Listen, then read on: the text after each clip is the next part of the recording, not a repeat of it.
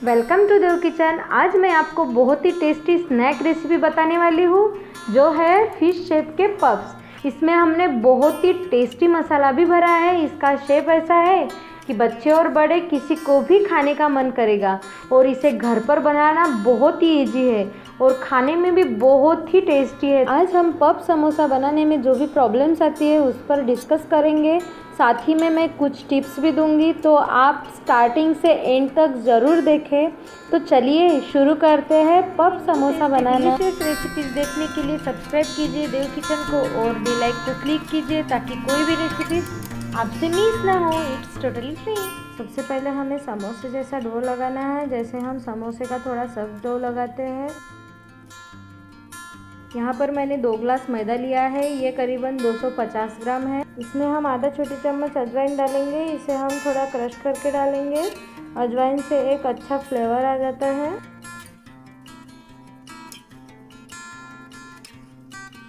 आधा छोटी चम्मच नमक,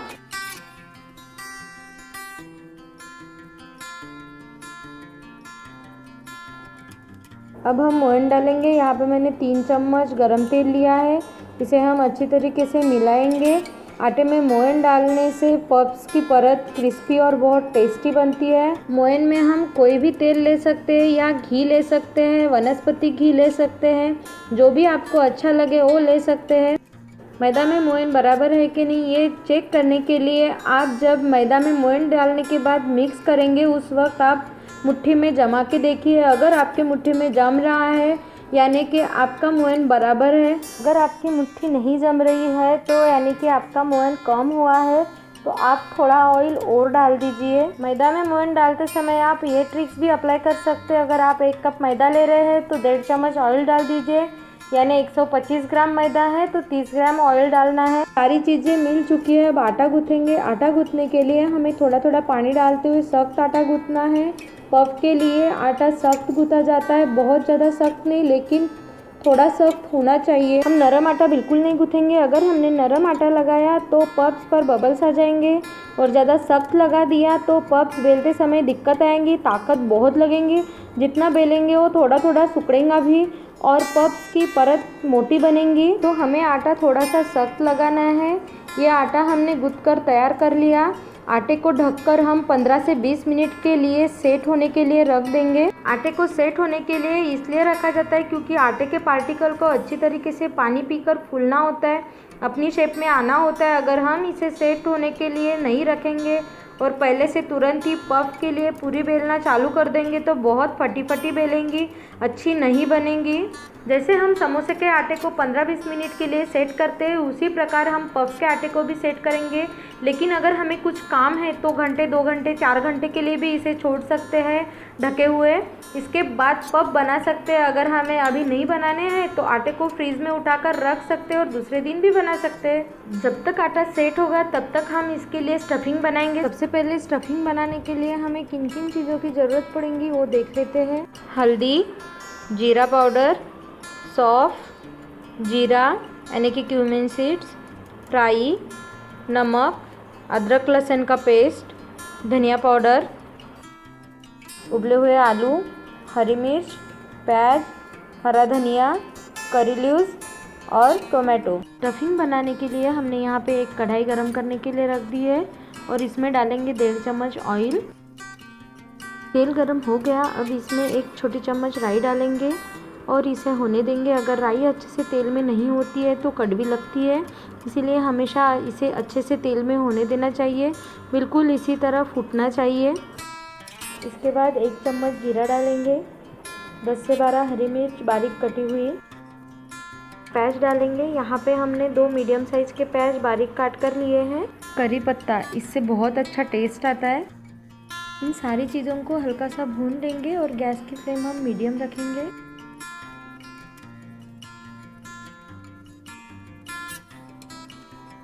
अब हम इसमें डालेंगे 1 चम्मच अदरक लहसुन का पेस्ट। इसे मिक्स करना है और 2 मिनट के लिए इसे ऑयल में होने देना है। अब इसमें टमाटर डालते हैं। यहाँ पे मैंने 1 टमाटर बारीक चॉप करके लिया है। इसे हम तब तक पकाएंगे जब तक ये टमाटर नरम नहीं हो जाते। करीबन 2 से 3 मिनट के लिए पकाते हैं। टमाटर हल्के नरम हो चुके हैं। अब इसके बाद 1 चम्मच नमक डालेंगे। आप अपने स्वाद अनुसार कम ज़्यादा कर सकते हैं। आधा चम्मच हल्दी पाउडर, 1 चम्मच धनिया पाउडर, 1 चम्मच जीरा पाउडर और आधा चम्मच सौंफ डालेंगे। अब इन सारे मसालों को 2 मिनट के लिए भूनेंगे।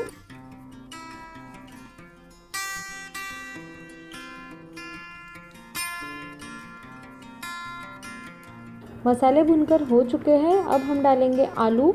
ये हमने 9 से 10 बॉयल आलू छीलकर और तोड़कर ले लिए हैं। समोसे के लिए आलू को तोड़कर ही डाला जाता है, कद्दूकस नहीं किया जाता। अगर आप इसे कद्दूकस कर लेंगे तो बड़े मैशे हो जाएंगे और स्टफिंग बिल्कुल अच्छी नहीं लगेगी।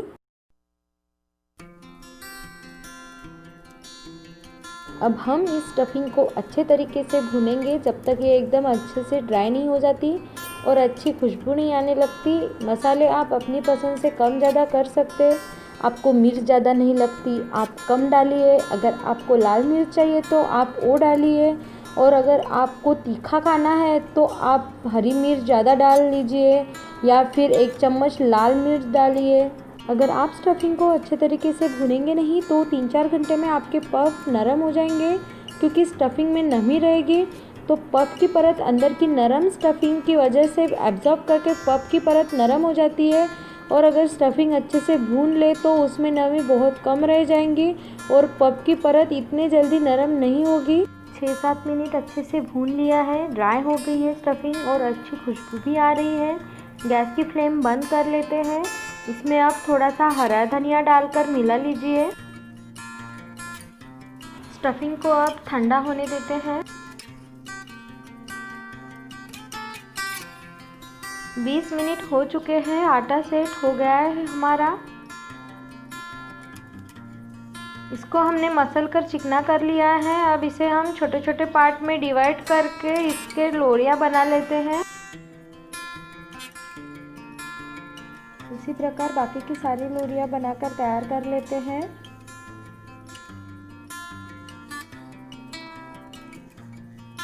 सभी लोरियां बनकर तैयार है। अब इसे बेलते हैं। हम इसे गोल बेलेंगे। बेलते समय हम इसके ऊपर आटा बिल्कुल भी नहीं लगाएंगे, थोड़ा सा तेल लगाकर हम इसको बेलेंगे। बेलते समय ना तो हमारी पूरी सिकुड़ रही है और ना ही बहुत ज़्यादा ताकत लगानी पड़ रही है। इजीली हम इसे बेल पा रहे हैं। हमें इसे किनारों से भी बेलना है। हम इसे बीच में से मोटा बेलेंगे और किनारों से पतला बेलेंगे। पूरी बेलकर तैयार है। अब चाकू से इसके ऊपर हम फिश का निशान बनाएंगे।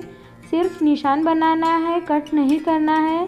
बिल्कुल इसी प्रकार हम निशान बनाएंगे। अब जो हमने आलू का मसाला बनाया है ये इसके ऊपर रखेंगे। इसी में हमें ये स्टफिंग भर के फिश शेप देना है। चाकू से अब हम इसके साइड से इस तरह अलग अलग काटेंगे, इसकी लाइन बनाएंगे। दोनों साइड से इसी प्रकार कट कर लेना है। बस यहाँ तक कट करना है। ये नीचे वाला हिस्सा ऐसे ही छोड़ देना है, जैसे मछली की पूंछ होती है, बस उसी तरह। अब ये देखो, इस तरफ की लाइन उस तरफ लाएंगे और उस साइड की इस तरफ लाएंगे और इसके ऊपर हम इस प्रकार थोड़ा पानी का हाथ लगाएंगे, ताकि जब हम मछली फ्राई करें उस वक्त ये तेल में खुलना नहीं चाहिए।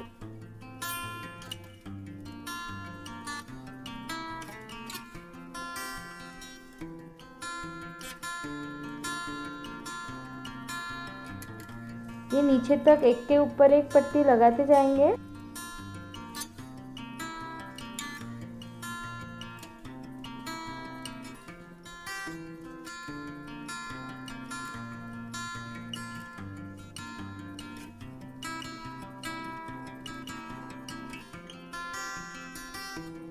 अब ये देखो, पूंछ के आगे के पोर्शन वाली जो लाइन है ये ऐसे गोल घुमा के हम इसको चिपकाएंगे।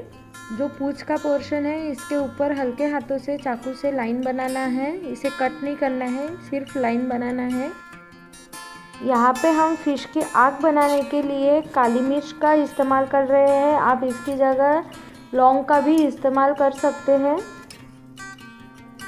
ये देखो, मछली बनकर तैयार है। इसी प्रकार बाकी के मछलियाँ भी बना लेते हैं।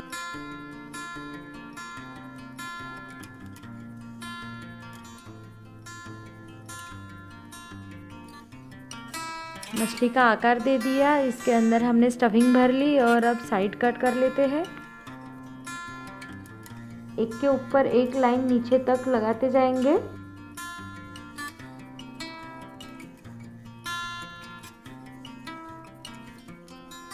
हमने आज एक प्रकार से समोसे बनाए हैं जो कि फिश शेप में है। कुछ के ऊपर लाइन नहीं की तभी भी चलता है। मछलियाँ बनकर तैयार है। अब इसे हम 1 घंटे के लिए खुले में ही छोड़ देंगे। इससे क्या होगा, इनकी ऊपर की परत जो है वो हल्की सी खुश्क हो जाएंगी और नमी थोड़ी सी कम हो जाएगी। मछली फ्राई करने के लिए तेल गरम करने रख दिया है। तेल गरम हो चुका है, गैस की फ्लेम लो कर देंगे। इनको हम बहुत ही संभाल के पकड़ेंगे, ऐसे देखिए और बस छोड़ देंगे। उठाते समय ध्यान रखें कि एक उंगली नीचे एक उंगली ऊपर, देखिए ऐसे। अब इन्हें 5-6 मिनट तक लो फ्लेम पर फ्राई होने देते हैं। तब तक हम इन्हें बिल्कुल नहीं छुएंगे। आपके डो में अगर नमी होगी तो आप जब समोसे फ्राई करते हैं तो ये नमी भाप बनकर निकलने की कोशिश करती है और छोटे छोटे बबल्स बन जाते हैं। समोसे के ऊपर बबल्स नहीं आए इसके लिए आपको 3 चीज़ों का ध्यान रखना है। सबसे पहले डो को थोड़ा सख्त लगाना है। दूसरी चीज़, जब आप समोसे असेंबल कर रहे हैं तो उन्हें 1 घंटे के लिए या आधा घंटे के लिए खुले में छोड़ दीजिए। उनकी ऊपरी परत हल्की सी खुश्क हो जाएंगी और नमी थोड़ी सी कम हो जाएगी। और तीसरी बात, जब आप समोसे फ्राई कर रहे हैं तो तेल कम गरम हो। जब 5-6 मिनट तक आप कम गरम तेल में इन्हें फ्राई करेंगे उस वक्त भाप बहुत कम बनेगी और समोसे की ऊपरी परत थोड़ी सी सख्त हो जाएंगी, यानी कि बबल्स बिल्कुल नहीं बनेंगे। अगर इन 3 बातों का ध्यान रखेंगे तो समोसे पर बबल्स बिल्कुल नहीं आएंगे। समोसे को हमने 6 मिनट तक एकदम लो फ्लेम पर फ्राई कर लिया है। अब हम इन्हें पलट देते हैं और फ्लेम को हम लो टू मीडियम रखेंगे।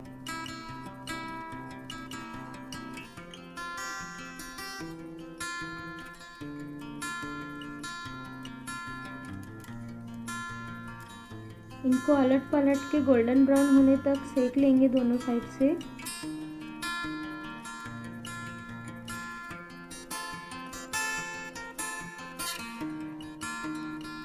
समोसे गोल्डन ब्राउन हो गए हैं, इन्हें हम निकाल लेते हैं।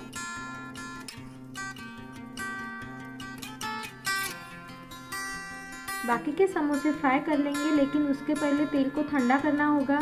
गरम तेल में अगर फ्राई करेंगे तो बबल्स आ जाएंगे। तेल थोड़ा ठंडा हो गया है, अब इन्हें उसी प्रकार फ्राई कर लेंगे। तब तक हम समोसे बनाते समय किन किन चीज़ों का ध्यान रखना है इसे एक बार रिवाइज कर लेते हैं। आटा गूंथते समय मोयन डालें। समोसे की परत क्रिस्पी और टेस्टी बनेगी, सख्त नहीं होगी। समोसे के ऊपर बबल्स नहीं आए तो जब आप समोसे के लिए डो लगा रहे हैं तो थोड़ा सख्त लगाएं। समोसे असेंबल होने के बाद वो आधा 1 घंटे के लिए खुले छोड़ दें, वो खुश्क हो जाएंगे।